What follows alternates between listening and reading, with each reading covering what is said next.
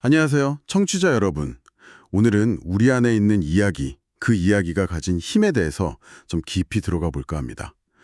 때로는 마음이 좀 공허하다, 비어있다 느낄 때가 있잖아요.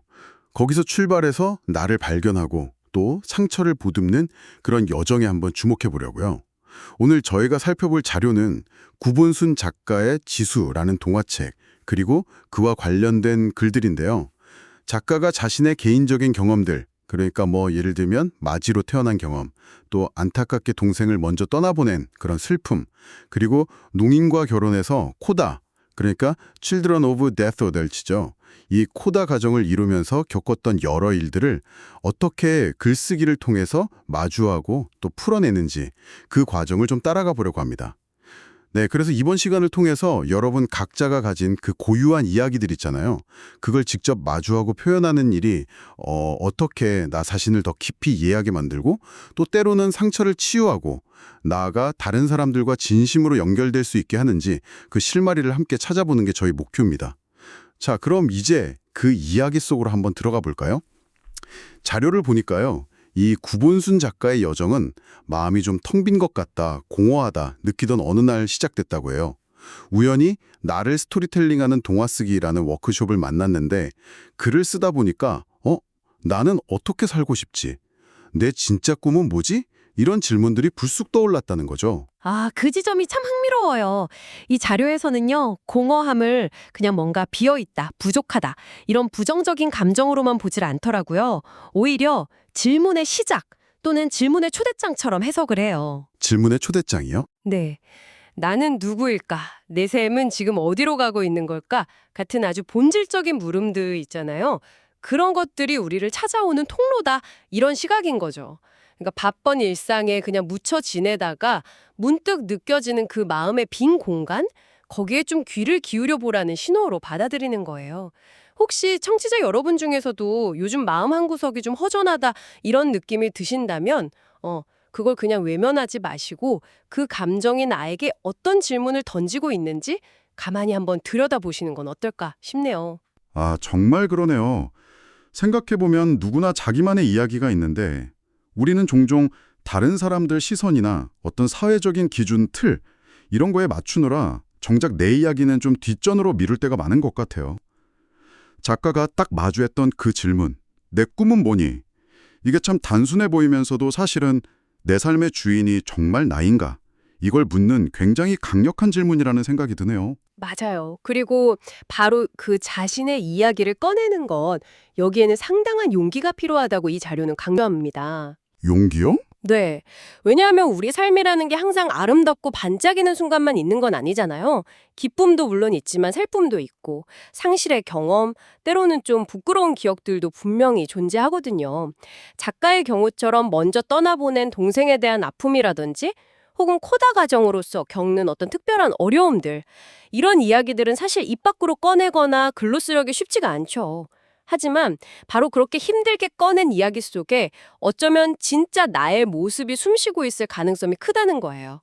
그리고 그 상처를 외면하지 않고 똑바로 바라볼 때 비로소 치유의 첫걸음이 시작될 수 있고 또 비슷한 경험을 한 다른 사람들에게는 어떤 위로, 등불 같은 위로가 될 수 있다고 말하고 있습니다.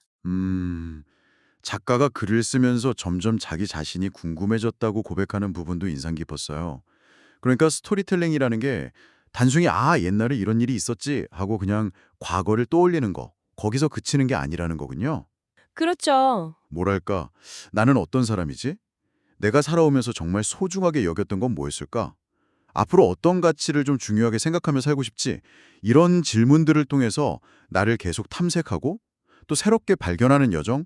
그 자치라는 의미로 읽히더라고요. 정확해요. 바로 그 표현하는 행위 자체가 가진 힘인데요. 내 안의 생각이나 감정을 정리하고 조직화하는 힘이 있다는 거죠.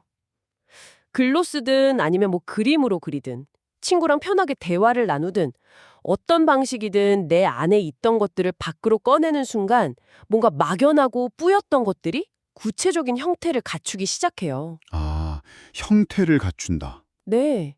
내가 뭘 중요하게 생각하는지, 또 어떤 것에 상처받고 기뻐하는지 그런 패턴들이 보이기 시작하면서 내가 이런 사람이구나 하고 스스로 깨닫게 되는 거죠. 그래서 자료에서도 꼭 글쓰기만 고집할 필요는 없다고 해요. 여러분에게 가장 자연스럽고 편안한 매체를 통해서 자신을 표현해보라고 권하고 있거든요. 청취자 여러분은 어떤 방식으로 자신을 드러낼 때 가장 나답다고 느끼시는지 한번 생각해보는 것도 좋겠네요. 그리고 작가가 자신을 소개할 때 마지, 동생을 잃은 사람, 농인의 아내, 코다 가정의 일원 이런 식으로 여러 겹으로 소개하는 방식도 좀 눈길을 끌었어요. 마치 프리즘 같다고 할까요? 우리 존재가 딱 하나의 색깔이나 역할로만 규정될 수는 없다는 걸 보여주는 것 같아서요. 수행하면서 살아가잖아요. 그렇죠. 회사에서는 팀원이지만 집에 오면 또 누군가의 자녀이고 친구들 앞에서는 또 다른 모습일 수 있고요. 네, 맞아요. 때로는 내가 누군가를 가르치는 사람이지만 동시에 또 다른 분야에서는 배우는 학생이기도 하고요. 핵심은 이 다양한 내 안의 모습들을 이건 진짜 나, 저건 가짜 나 이렇게 나누거나 아니면 나는 이런 사람이야 하고 어느 하나의 틀에 자신을 가두려고 하지 않는 태도예요. 내 안에 있는 여러 목소리들, 다양한 정체성들을 그냥 자연스럽게 인정하고 받아들이는 것. 그게 바로 온전한 나를 향해 가는 길이라고 자료는 이야기합니다. 여러분 안에는 지금 어떤 역할과 모습들이 함께 살고 있나요? 그것들을 한번 쭉 나열해 보는 것만으로도 어쩌면 새로운 발견이 있을 수 있어요. 마음속 깊이 좀 묻어두었던 기억들, 특히 좀 아픈 기억들을 글로 옮기면 객관적으로 바라볼 수 있게 된다는 이야기도 되게 흥미로웠어요. 감정에 확 휩싸여 있을 때는 잘 보이지 않던 것들이 글이라는 어떤 거울을 통해서 비로소 보이기 시작한다는 거죠. 예를 들면, 그때 내가 왜 그런 감정을 느꼈을까?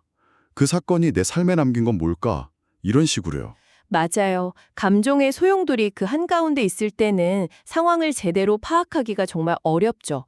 그런데 글로 쓰면서 마치 영화 보듯이 한 걸음 떨어져서 바라보면 당시에는 이해할 수 없었던 나의 반응이나 다른 사람의 행동 혹은 그 사건의 전체적인 맥락 같은 것들이 조금씩 이해되기 시작해요. 이해되기 시작한다. 네.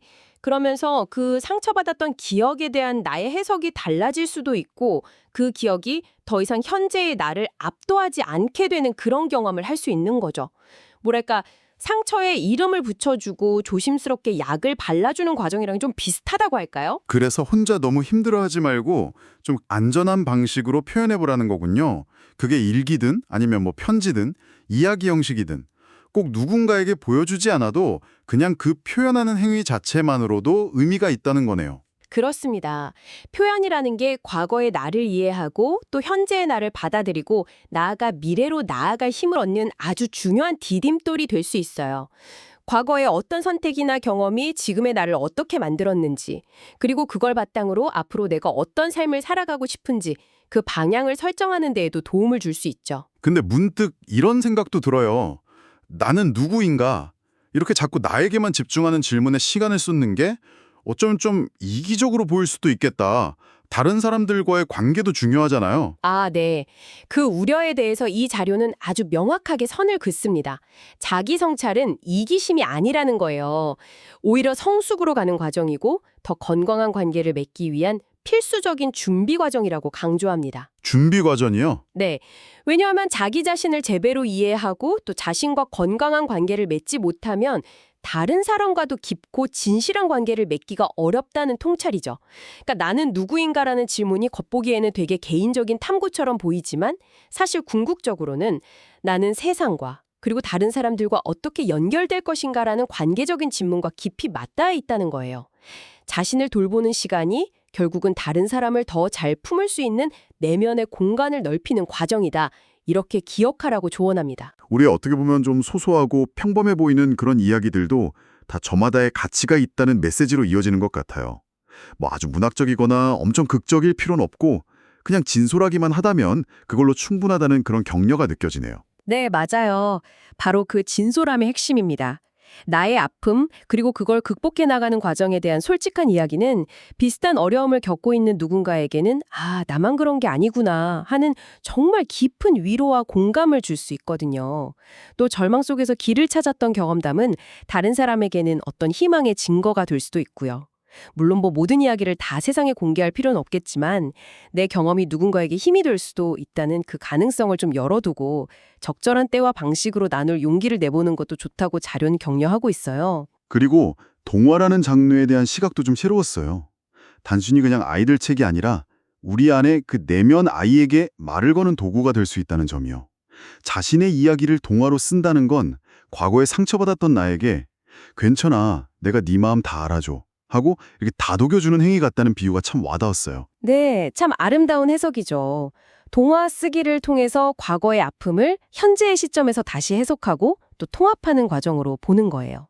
상처받았던 그 어린 시절의 나를 위로하고 또 불안한 현재의 나를 격려하고 희망을 품은 미래의 나를 향해서 나아가는 뭐랄까 일종의 자기 치유 의식 같은 게 될 수 있다는 거죠. 자기 치유 의식. 네, 여러분 안에도 분명히 위로와 격려가 필요한 그런 아이가 있을 겁니다. 그 아이에게 어떤 이야기를 들려주고 싶으신가요? 한번 생각해 보시면 좋겠어요. 이렇게 쭉 이야기를 들어보니 처음에 말했던 그 공허함에서 시작된 여정이 정말 다채롭고 풍성한 자기 발견으로 이어지는 그림이 그려지는 것 같아요. 구분순 작가가 그랬던 것처럼 어쩌면 지금 청취자 여러분이 느끼는 그 막막함이나 마음의 빈 공간이 끝이 아니라 새로운 질문을 던지고 진짜 원하는 삶을 찾아 나서는 그런 출발선이 될 수도 있겠다, 이런 희망을 발견하게 되네요. 맞습니다. 그게 글이든 그림이든 아니면 편안한 대화든 어떤 형태든 좋아요. 정말 중요한 건 내 안의 이야기를 꾸준히 탐색하고 또 표현해 나가는 그 과정 자체입니다. 그 과정 속에서 우리는 스스로가 생각보다 훨씬 깊고 다채로운 이야기를 품은 존재라는 걸 깨닫게 될 거예요. 그리고 그 깨달음이야말로 우리를 더 단단하고 의미 있는 삶으로 이끌어주는 나침반이 되어줄 것이라고 이 자료는 아주 힘주어서 말하고 있습니다. 네. 그리고 자료의 마지막 부분에서는 신학적인 관점도 잠시 소개가 되는데요. 시편 139편 3절, 주께서 나의 모든 길을 익히 아시오니라는 구절을 인용해요. 이걸 통해서 우리 인간적인 시각으로는 좀 불완전하고 때로는 실패처럼 보이는 우리의 삶 전체 여정을 신은 이미 다 알고 사랑하며 그 모든 과정을 통해서 우리를 성장시킨다라는 믿음을 이야기합니다. 그러니까 자신의 부족함이나 상처 앞에서 너무 좌절하기보다는 그것 또한 어떤 큰 그림의 일부임을 받아들이고 그 안에서 의미와 또 인도를 발견하려는 자세를 권하는 것으로 마무리가 되더라고요. 네, 오늘 저희는 구본순 작가의 경험을 길잡이 삼아서 개인의 서사를 마주하고 표현하는 일이 자기이해와 치유, 그리고 타인과의 연결에 얼마나 중요한 열쇠가 될 수 있는지 함께 살펴봤습니다. 특히 그 공허함이 끝이 아니라 질문의 시작일 수 있다는 관점의 전환, 그리고 용기를 내서 아픔까지도 끌어안는 그 솔직한 이야기하기가 결국 나를 찾아가는 길이라는 점이 특히 기억에 남는 것 같아요. 네, 그리고 또 자신에게 맞는 방식으로 표현하는 행위 자체가 이미 치유의 힘을 가지고 있다는 것, 또 우리 안의 다양한 정체성들을 너그럽게 수용하는 것이 온전함에 이르는 길이라는 그런 통찰도 얻을 수 있었죠. 자기 성찰이라는 게 결코 고립이 아니라 오히려 더 깊은 관계를 위한 준비 과정이라는 점, 그리고 여러분의 그 진솔한 이야기가 어쩌면 예상치 못한 곳에서 누군가에게는 큰 빛이 될 수 있다는 가능성도 잊지 않으셨으면 좋겠습니다. 네, 오늘 나눈 이야기들이 청취자 여러분 각자의 삶과 또 그 안에 담긴 이야기에 새로운 빛을 비추어보는 그런 계기가 되었길 진심으로 바랍니다. 마지막으로 이 질문을 여러분께 한번 던져드리면서 마무리할까 합니다. 만약 여러분 마음속 깊은 서랍 속에 오랫동안 넣어두었던, 그래서 아직 제대로 꺼내보지 않은 여러분의 이야기 조각 하나를 조심스럽게 꺼내서 탐색해 본다면 그 과정이 여러분 자신에 대해 어떤 새로운 문을 열어줄 수 있을까요? 그리고 혹시 그 이야기라 다른 누군가의 마음에 예상치 못한 따뜻한 온기를 전해줄 가능성은 없을까요? 이 질문을 잠시 마음에 품고 돌아가시면 좋겠습니다.